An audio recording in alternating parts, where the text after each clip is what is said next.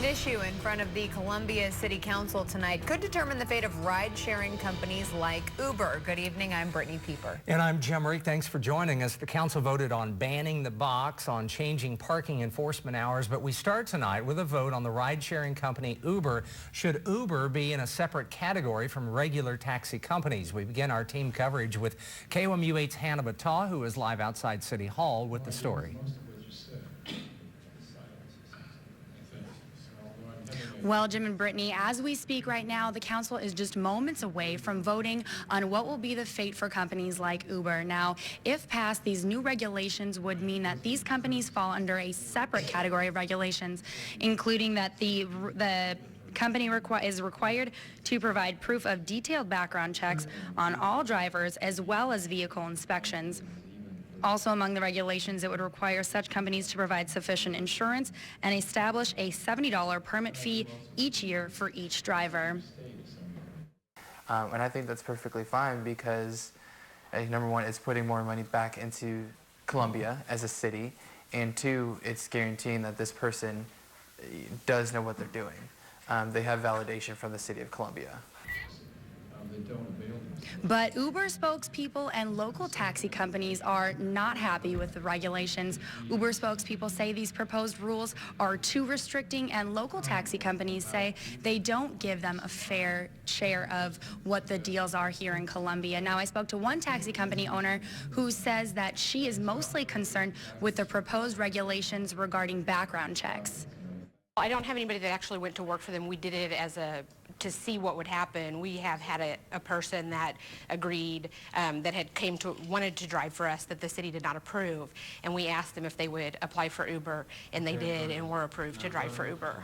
So how is that an extensive background check that the city said, no, you're not safe to put on the roads here, but Uber said, yeah, it's okay? Now, I spoke to Uber regarding a response on what she said, and they have yet to get back to me. If these regulations are passed, they will be put into effect immediately. Reporting live from Columbia, Hannah Battah, KOMU-8 News. Also at tonight's meeting, the City Council voted unanimously to pass Ban the Box. The ordinance eliminates the question on job applications about criminal history. The goal is to create a level employment field to keep former convicts out of prison. Soon you may be able to pay for parking before you even get out of your car. The concept comes from a new kind of parking meter that may come to Columbia. KOMU-8's Jack Cordy is live in Columbia with more on the potential change.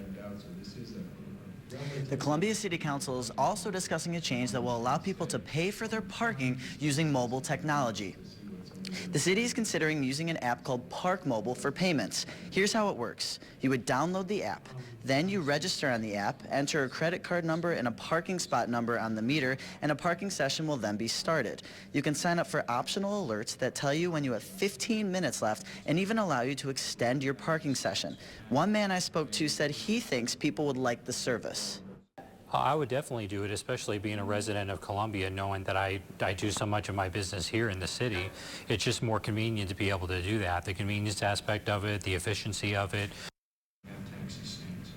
The City Council also passed an ordinance that would change the enforcement of on-street parking hours to between the hours of 9 a.m. and 7 p.m. early in the new year. Now, that's a slide back from the current hours of 8 a.m. to 6 p.m. Reporting live in Columbia, Jack Cordy, KOMU-8 News. As students return to Columbia, some from the St. Louis area say Ferguson is a big topic of conversation on campus. Tonight, Chancellor R. Bowen Lofton held a Ferguson listening session for students to share their thoughts and experiences around the grand jury's decision not to indict Darren Wilson for the shooting death of Michael Brown. The conversation was closed to the media so people could speak openly. During the conversation, students focused on bringing light to three main issues: education, race relations, and action. When I heard the verdict, it was pretty traumatizing for me. There's this biased fear that black men are more inclined to violence, and that's not hatred, that's fear. And so when you accuse someone of being racist, well, they become defensive and say, well, I can't be racist because I don't hate black people. In this case, race played a huge factor, one of the main factors, and people don't want to pay attention to that because it makes them uncomfortable. Students and faculty described the university's effort in hosting a listening session as too late and superficial an approach. The provost's office acknowledged that and said it would be part of an effort to be more proactive. The Ferguson decision was also a topic of discussion for President Obama today, focusing on easing racial tension and the distrust of police in many minority communities, as well as calling for the use of body cameras by police. But protesters staged a major disruption in the nation's capital. Steve Handelsman has the latest from Washington. The protests in Washington blocked morning commuters from Virginia. Justice for Michael Brown! Racist cop! Shut him down! Police allowed the blockade, and some motorists were sympathetic. I'm angry about what happened, and I do think a dialogue needs to occur. This temporary inconvenience will do a larger good for youth of color. At the White House, the president met with police and with community leaders, acknowledging that past efforts to unite African American citizens and police have failed. But he vowed they won't fail now. This time will be different. And part of the reason this time will be different is because the President of the United States is deeply invested in making sure that this time is different. Mr. Obama has named Philadelphia Police Commissioner Charles Ramsey to head a national task force to build public trust in police. And Mr. Obama wants many more police wearing body cameras. The NFL today did not discipline 5 St. Louis Rams who yesterday protested the killing of Michael Brown with hands up. We respect the concerns of all individuals on this tragic situation, said the league, that had people protesting again today. This was New York and downtown Washington, nearly 4 months after Ferguson became a symbol. I'm Steve. Congress will decide on Obama's $250 million request for body cameras that could protect police and citizens by making it more clear what happens when police pull out their guns. Attorney General Eric Holder also spoke about Ferguson today. Holder paid a visit to Atlanta and spoke at a community forum a week after the grand jury decided not to indict Officer Wilson. Holder's speech was interrupted by protesters. He says an investigation in Ferguson is ongoing.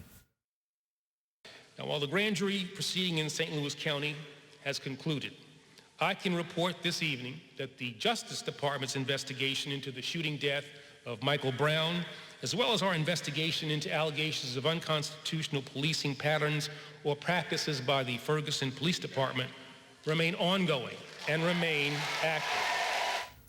The Atlanta visit is the first of many Holder has planned around the country. It was also a busy day at the state capitol today regarding Ferguson-related issues. This afternoon, lawmakers found out they do not have to come to Jefferson City for a special session. Along with that, leaders from the House and Senate called for an investigation of Governor Jay Nixon's actions regarding Ferguson. The governor came out last week and asked for a special session to find more money to pay the National Guard and Missouri Highway Patrol, who are both working in Ferguson. Senator Kurt Schaefer, head of appropriations, says there is enough money in the budget for an emergency like this. As for the special session, Democratic Senator Jamila Nasheed from St. Louis tweeted this the day after the session was called. Governor Nixon should have called a special session to address the systemic problems plaguing indigent people throughout the state. The governor now finds it unnecessary to hold that special session after Schaefer's comments. As for the investigation, the news release calls for it to start in the next few days. Protesters marching from Ferguson to Jefferson City might disrupt this weekend's holiday parade, according to the Jefferson City NAACP website. Marchers will meet at Quinn Chapel. That's about 15 minutes from downtown. They plan to march down High Street to the state capitol building and then on to the governor's mansion. The problem is that's the same route the annual JC's Christmas parade is scheduled to take Saturday afternoon. A downtown leader says poor timing could cause problems. Downtown's not a very big area, and so, where events are happening certainly would make a difference. Jefferson City Police released a statement today saying preliminary information suggests protesters will not interfere with the parade. However, police say they don't know the exact times or date marchers will arrive. Warmer temperatures are on the horizon, so let's send it over to Rosie for a look at tomorrow's warm-up.